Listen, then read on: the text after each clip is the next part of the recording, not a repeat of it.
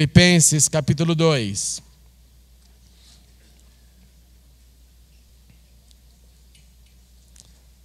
Nós vamos ler a partir do verso 19.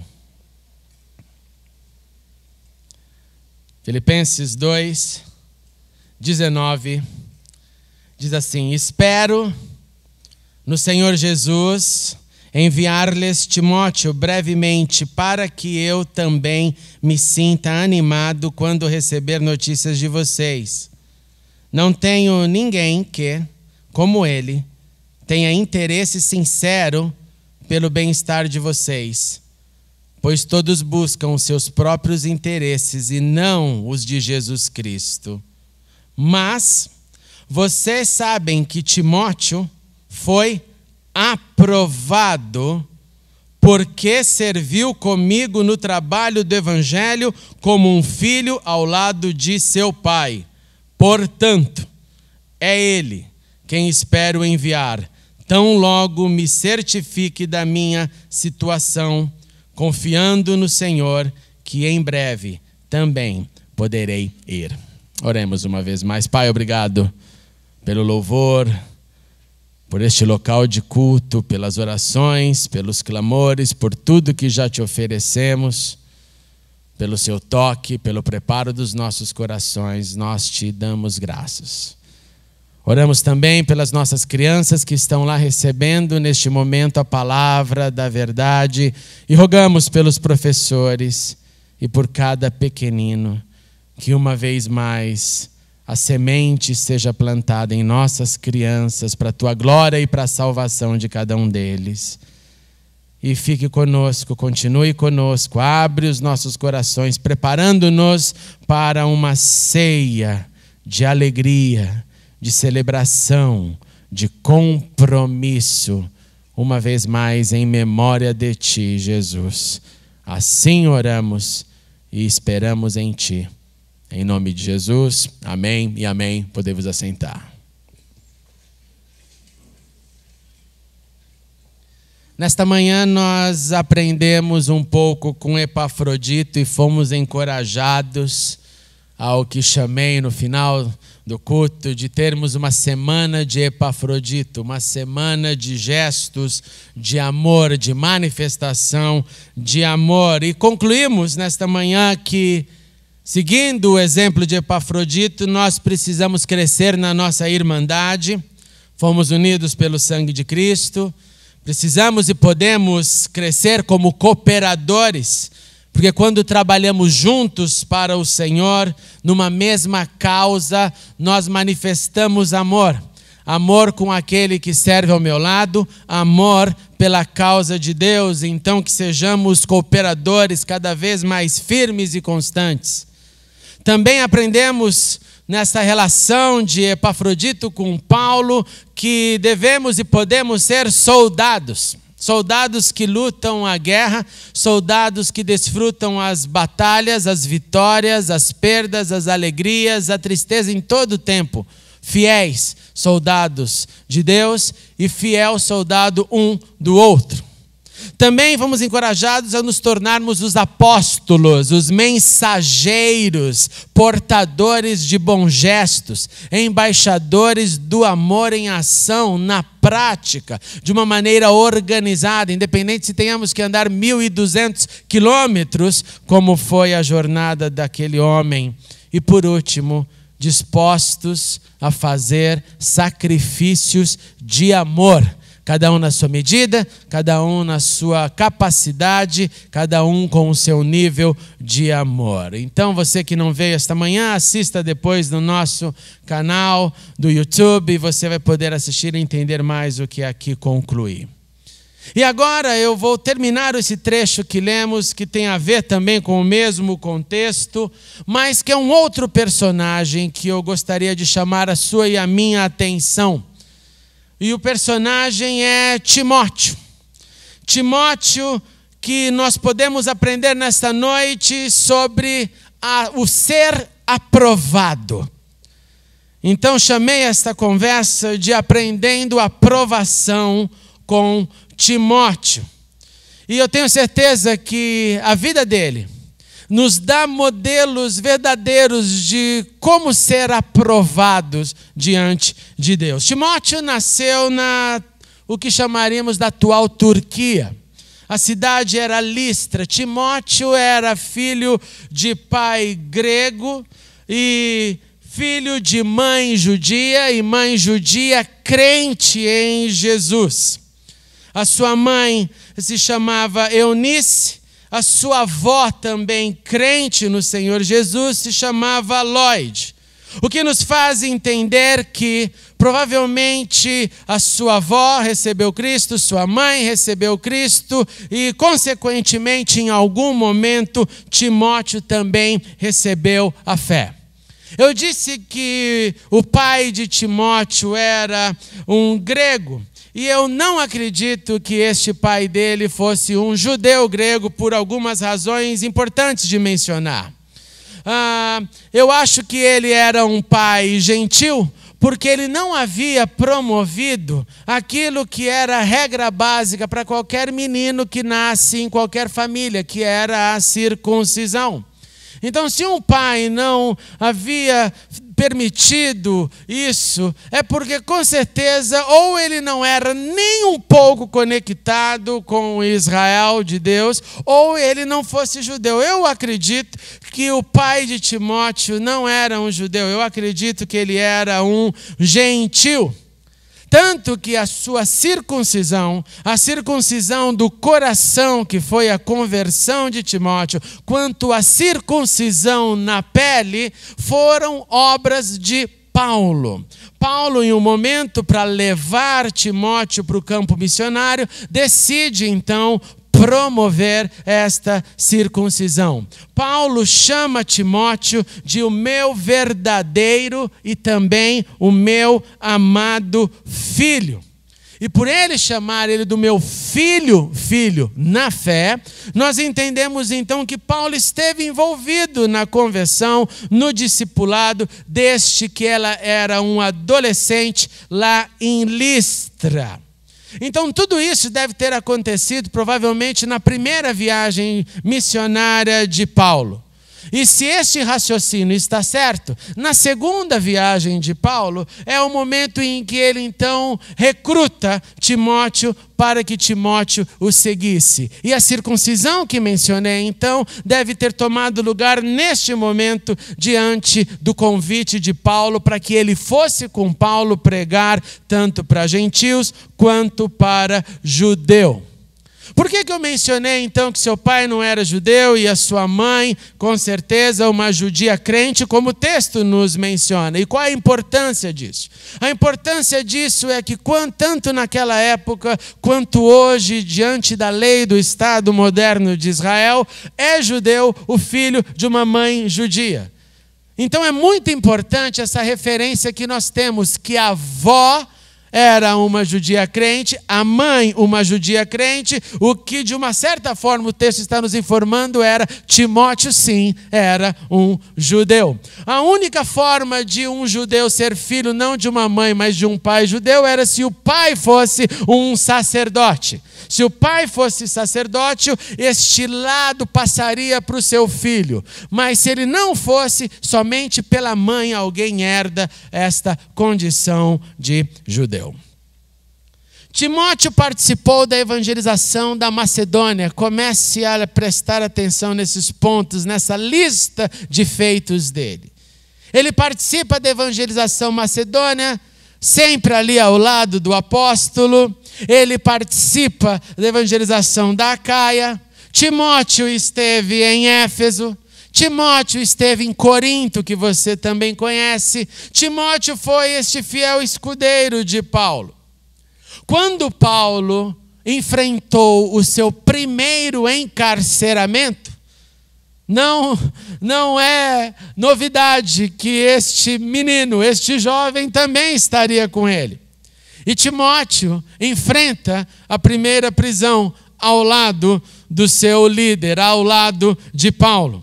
Por isso que se você abre a carta de Paulo aos Filipenses, no capítulo 1, verso 1, você irá ler Paulo e Timóteo, servos de Cristo Jesus, a todos os santos em Cristo Jesus que estão em Filipos. Não foi só uma vez. Se você abrir sua Bíblia na carta de Paulo aos Colossenses, no capítulo 1, verso 1, você ouve de novo. Paulo, apóstolo de Cristo Jesus, pela vontade de Deus, e o irmão Timóteo, aos santos e fiéis irmãos em Cristo que estão em Colossos. Se você abrir a sua Bíblia também na carta de Paulo a Filemão, você descobre novamente quem estava lá com ele. Paulo, prisioneiro de Cristo, agora com atestado de prisão, e o irmão Timóteo. A você, Filemão, nosso amor cooperador. Então, as cartas da prisão nos mostram que Paulo não estava sozinho. Que existia este que ele conheceu desde a infância, conheceu a fé não fingida que ele recebeu de acordo com a sua própria fala. Ele passa por Paulo por momentos de luta, por momentos de falta de liberdade. E ele passa com Paulo nos momentos do escrever as cartas. Ele é alguém que anda junto em todos os momentos, seja na prisão, seja em liberdade. Lá estava Timóteo com o apóstolo. E se em prisão temos um atestado, em liberdade também possuímos. Se você abrir sua Bíblia na segunda carta de Paulo aos Coríntios, no capítulo 1, verso 1, de novo você irá ler. Paulo, apóstolo de Cristo Jesus, pela vontade de Deus, e o irmão Timóteo, a igreja de Deus que está em Corinto. Não se preocupe que tem mais. Você abre a sua Bíblia em 1 Tessalonicenses, de novo. Paulo, Silvano e Timóteo, a igreja de Tessalonicenses. Abra a sua Bíblia em 2 Tessalonicenses e novamente você verá Paulo, Silvano e Timóteo, a igreja de Tessalonicenses. É só fazendo esse tipo de análise que você começa a entender o que está por trás de alguém que recebe um título. Paulo e Timóteo foi aprovado. Porque é incrível como este homem que está por trás, este homem que estava junto, esse homem que anda ao lado, esse homem que sofre, esse homem que caminha em todos os momentos, é um homem que não tem voz expressiva na Bíblia. Nós temos 2 cartas escritas para ele, mas não 2 cartas escritas por ele. Ele é um homem que faz mais, ouve mais e pouco fala. Mas é um homem que com isso ganha do apóstolo Paulo. Não é de qualquer um. É Paulo, este adjetivo, este foi aprovado. O que aprendemos então com essas narrativas, irmãos e irmãs? Aprendemos que, primeiro, Timóteo é alguém que segue. Timóteo não tem problema de seguir. E você pode dizer, qual é o problema de seguir? O problema de seguir é que quando seguimos alguém, logo nós tentamos achar um porquê não seguir mais. Quando Jesus disse para os seus discípulos, vocês vão agora e vocês primeiramente façam discípulos, Jesus estava compartilhando conosco aquilo que ele fez com os seus. Ele arregimentou os seus 12 e disse para os 12 o quê? Vocês sigam-me. E Jesus olha para nós e diz da mesma forma, vocês então vão e façam discípulos.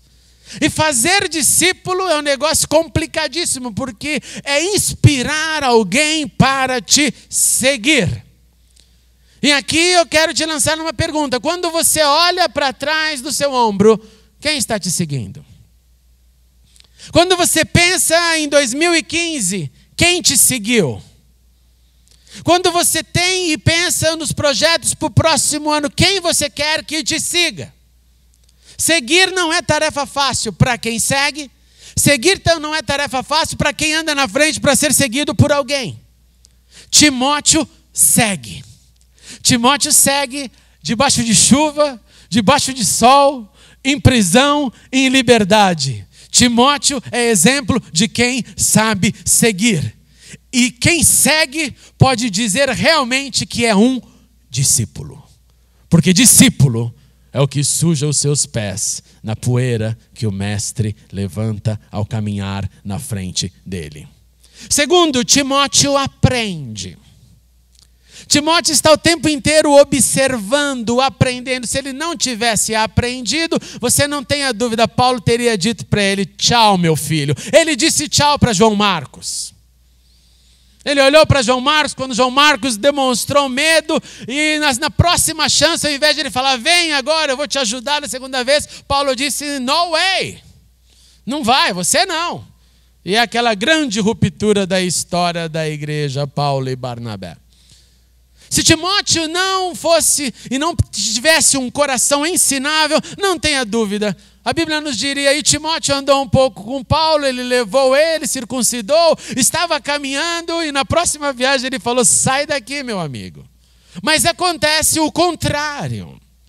Quando o apóstolo Paulo está no final da sua vida, ele ainda tem essa relação com Timóteo. É óbvio que ele reconcilia com João Marcos, como sabemos, mas com Timóteo é o tempo inteiro em união. Timóteo sabe aprender. Timóteo sabe sofrer. Andar com alguém que me faz sorrir é fácil. Andar com alguém que me faz chorar porque está num estado de sofrimento é terrível.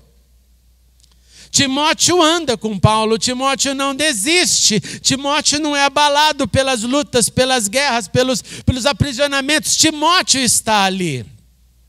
Timóteo tem desejo e entendimento de que a vida da fé não é só alegria, não é só todo mundo o tempo inteiro feliz, e a vida do apóstolo Paulo demonstra isso o tempo inteiro, quando ele nos afirmou, a única certeza que eu tenho é que prisões, encarceramento, naufrágio, perseguição, essa é a minha certeza, mas eu tudo posso naquele que me fortalece.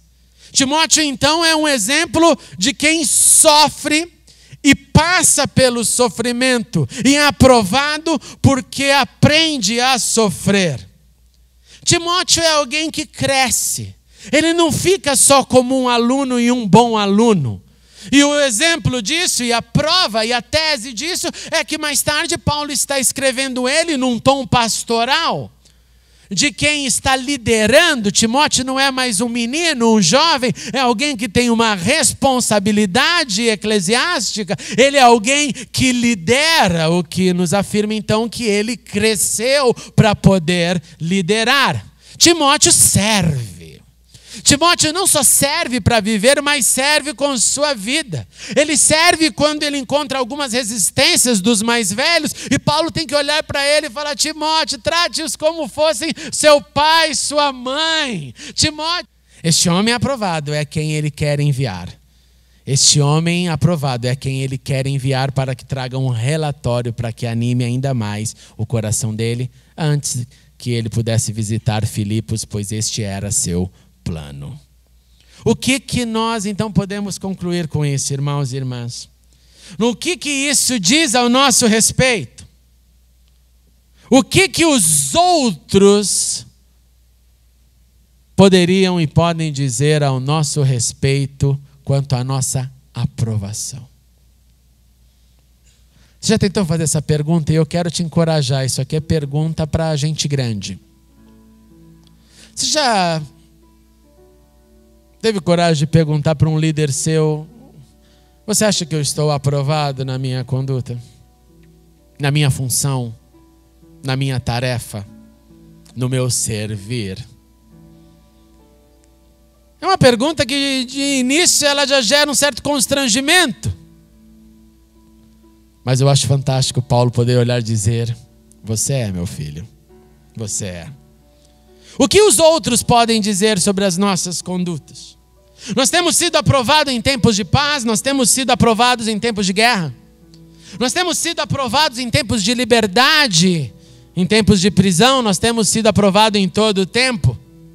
Ou será que o nosso individualismo só permite um atestado dado por mim mesmo? Eu assino a minha aprovação.